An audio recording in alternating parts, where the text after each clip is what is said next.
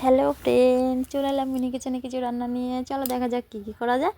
দেখুন, অন্য জালটা তো ধরিয়ে দিয়েছি, কড়াইটা বসিয়ে দিয়েছি। কড়াইটা গরম হয়ে গেলে ডিমটাও দিয়ে দেবো।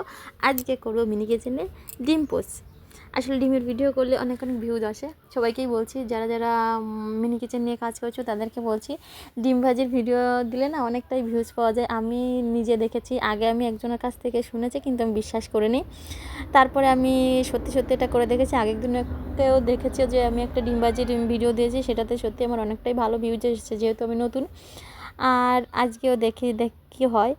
কিন্তু সত্যি কথাটা সত্যি, তাই আজকে আমি নতুন একটা ডিম ভাজি নিয়ে চলে এসেছি। এটা আজকে ডিম পোচ করবো, পেঁয়াজের ডিম পোচ আর হচ্ছে ক্যাপসিকাম দিয়ে ডিম পোচ। চলো দেখা যাক। শুরু তো করেই দিয়েছি তোমাদের সাথে গল্প করতে করতে। দেখো, এখানে কিন্তু পেঁয়াজ দিয়ে ডিম পোচ শুরু করে দিয়েছি। এখানে আমি ধনেপাতা দিয়েছি, কাঁচা লঙ্কাও দেওয়া যায় কিন্তু কাঁচা লঙ্কা দেয়নি, যেহেতু আমার যে সেনাবাহিনীগুলো আছে তারা বাচ্চা আর তারা তো লঙ্কা খেতে পারে না, তার জন্য হচ্ছে ধনেপাতাটাই আমি দিয়েছি।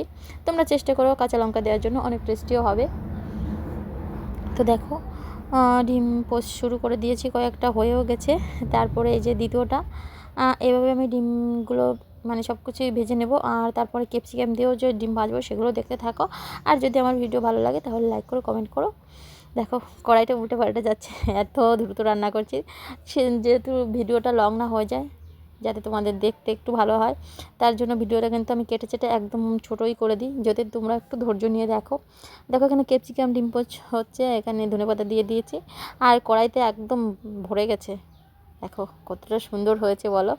খেতে ইচ্ছে করছে তো? তাহলে চলে এসো মিনি কিচেনে।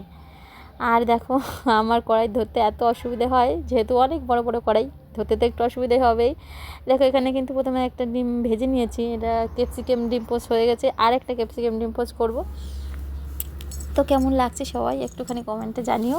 আর এখানে আমার কিছু রান্না কিন্তু আরও হবে, তা দেখতে থাকো আমার ভিডিওটি। আর যদি ভালো লাগে তো আমার সঙ্গেই থাকো। আর এইভাবে একবার ডিম পোচ করে খেও, অনেকটাই ভালো লাগবে। আর আমি শুধু মুখে বলছি না, আমি এভাবে কিন্তু খেয়েছি, তাই আমার মিনি কিচেনে এটা দেখাতে পারছি।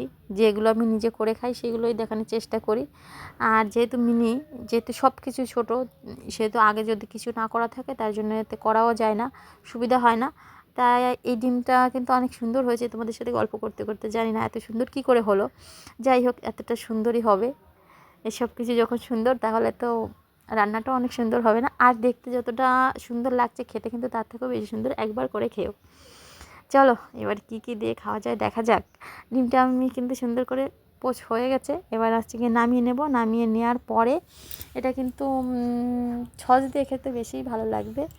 দেখো কত সুন্দর হয়ে গেছে। এবার কড়াইটা আমি নামিয়ে রাখছি, গরম কড়াইটা তো উনুনে রাখা যায় না। এই যে সসও নিয়ে চলে এসেছি। আর ক্যাপসিকাম ডিম পোচটা কিন্তু সস দিয়েই খাবো, আর পেঁয়াজেরটাও সস দিয়ে খাবো। তো কেমন হয়েছে সবাই একটু কমেন্টে জানিও। আর সবাই সুস্থ থাকো, ভালো থাকো, এটাই কামনা করে। আর পরবর্তীতে আরও নতুন ভিডিও আসছে, সঙ্গে থাকো।